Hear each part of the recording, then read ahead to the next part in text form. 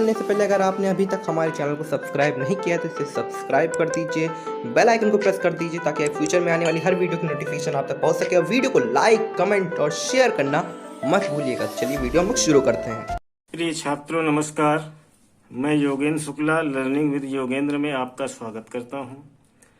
बच्चों, आज का हमारा टॉपिक है रासायनिक अभिक्रियाओं के प्रकार। रासायनिक अभिक्रियाएं कितने प्रकार की होती हैं? तो रासायनिक अभिक्रियाएं कई प्रकार की होती हैं, जिनमें से आज हम दो अभिक्रियाओं के बारे में चर्चा करेंगे। पहली अभिक्रिया योगात्मक अभिक्रिया और दूसरी है आपके पास प्रतिस्थापन अभिक्रिया। तो बच्चों देखते हैं सबसे पहले कि योगात्मक अभिक्रिया क्या है। बच्चों, नाम से ही इसकी परिभाषा स्पष्ट है। योगात्मक अभिक्रिया यानी जिसमें दो या दो से अधिक पदार्थों का क्या हो जाए, योग हो जाए और उससे एक पदार्थ बने, उससे केवल एक पदार्थ बने, तो ऐसी अभिक्रियाओं को योगात्मक अभिक्रियाएं कहते हैं। जैसे परिभाषा इसकी हो जाएगी, वे अभिक्रियाएं जिनमें दो या दो से अधिक पदार्थ संयोग करके यानी जुड़कर केवल एक पदार्थ बनाते हैं, मतलब दूसरा पदार्थ नहीं बनेगा, केवल एक पदार्थ बनाते हैं, तो ऐसी अभिक्रियाएं योगात्मक अभिक्रियाएं कहलाती हैं। जैसे आपके पास एक एग्जाम्पल ले लेते हैं। जैसे ये आपका है ammonia NH3 plus hydrogen chloride HCl। ये आपका है अमोनिया और ये आपका क्या है, हाइड्रोजन क्लोराइड। बच्चों, जब ये आपस में अभिक्रिया करती हैं तो ये बनाती हैं अमोनियम क्लोराइड NH4Cl। क्या बनाती हैं? अमोनियम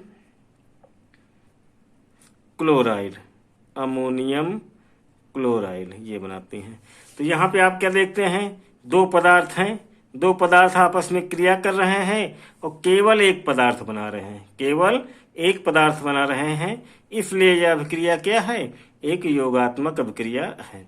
दूसरा एग्जाम्पल लेते हैं। जैसे मान लीजिए हमारे पास कार्बन मोनोऑक्साइड है, इसका फार्मूला CO होता है।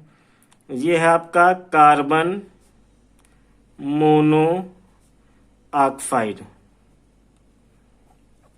उसके बाद इसकी क्रिया अगर क्लोरीन के साथ कराएं, क्लोरीन Cl2, ये आपका क्या है, क्लोरीन।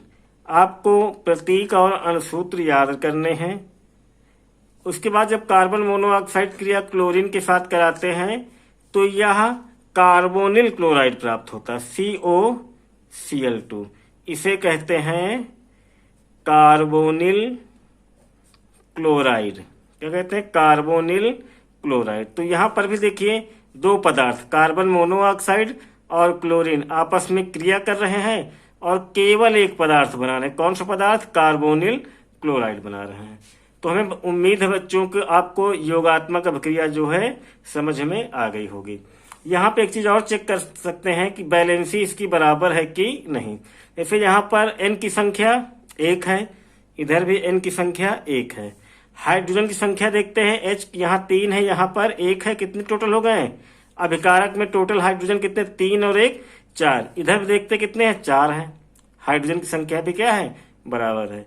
इस प्रकार क्लोरीन की संख्या इधर 1 है, यहाँ पर भी क्लोरीन की संख्या 1 है, अर्थात बैलेंसी हमारी यहाँ पे क्या है, बराबर। अर्थात ये समीकरण कैसा है, संतुलित रासायनिक समीकरण भी है। तो ये हमारी हो गई योगात्मक अभिक्रियाएं। अब बच्चों देखते हैं कि प्रतिस्थापन अभिक्रियाएं क्या होती हैं।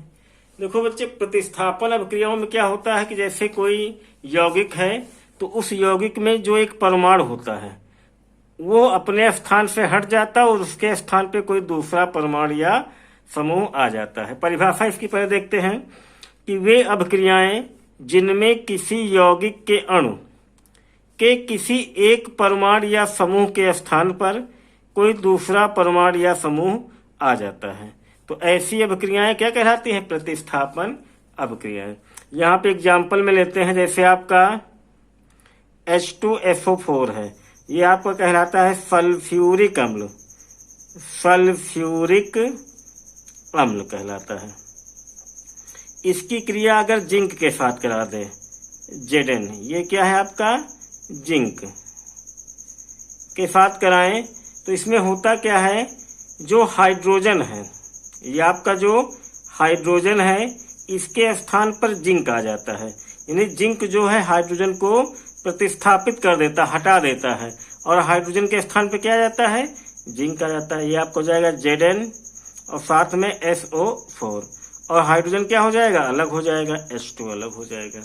यानी यहाँ पे क्या हुआ, Zn द्वारा किसका विस्थापन हुआ, H2 का प्रतिस्थापन हो गया, H2 का प्रतिस्थापन। यानी कि जिंक के द्वारा यानी जिंक किसके स्थान पे आ गया, हाइड्रोजन के स्थान पर। इसी प्रकार एक एग्जांपल और लेते हैं बेटा। जैसे आपका ये है CuSO4, ये आपका है कॉपर सल्फेट। बच्चों इसका ये यहाँ पे नाम नहीं लिखे, तो इसका नाम है जिंक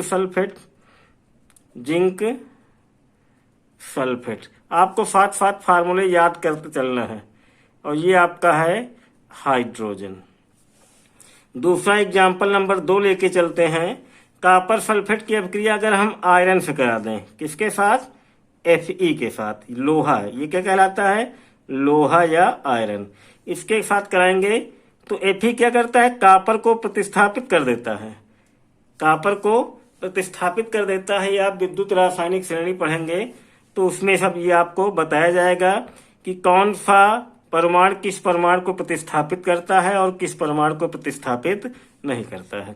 तो यहाँ पे क्या होता है, Fe जो है Cu को क्या करेगा, प्रतिस्थापित कर देगा। तो ये आपका आ जाएगा FeSO4, यानी Cu के स्थान पे Fe आ गया और Cu जो है बाहर चला गया। तो ये आपका बन गया क्या, फेरस सल्फेट।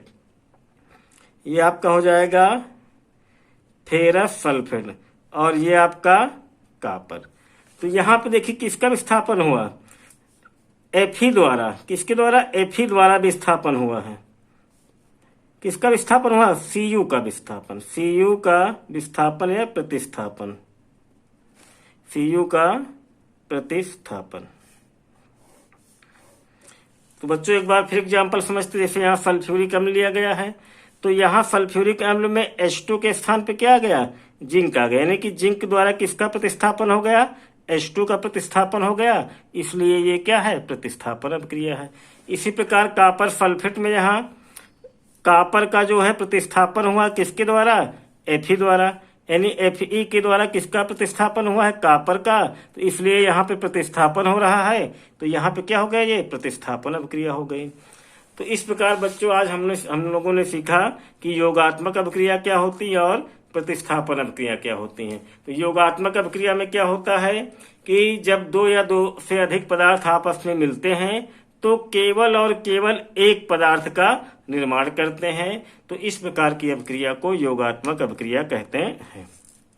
प्रतिस्थापन अभिक्रिया में क्या होता है बच्चों, जैसे कोई यौगिक है तो उस यौगिक के अणु के में से कोई एक परमाणु या समूह, उसके स्थान पे कोई दूसरा परमाणु या समूह आ जाता है। तो ऐसी अभिक्रियाएं क्या कहलाती हैं, ऐसी अभिक्रियाएं प्रतिस्थापन अभिक्रियाएं कहलाती हैं। बच्चों हमें उम्मीद है कि आपको ये वीडियो अच्छी लगी होगी। अगर आपको ये वीडियो पसंद आई हो तो हमारे वीडियो को लाइक कीजिए, अपने दोस्तों में इसे शेयर कीजिए और हमारे चैनल को सब्सक्राइब कीजिए। बहुत बहुत धन्यवाद बच्चों।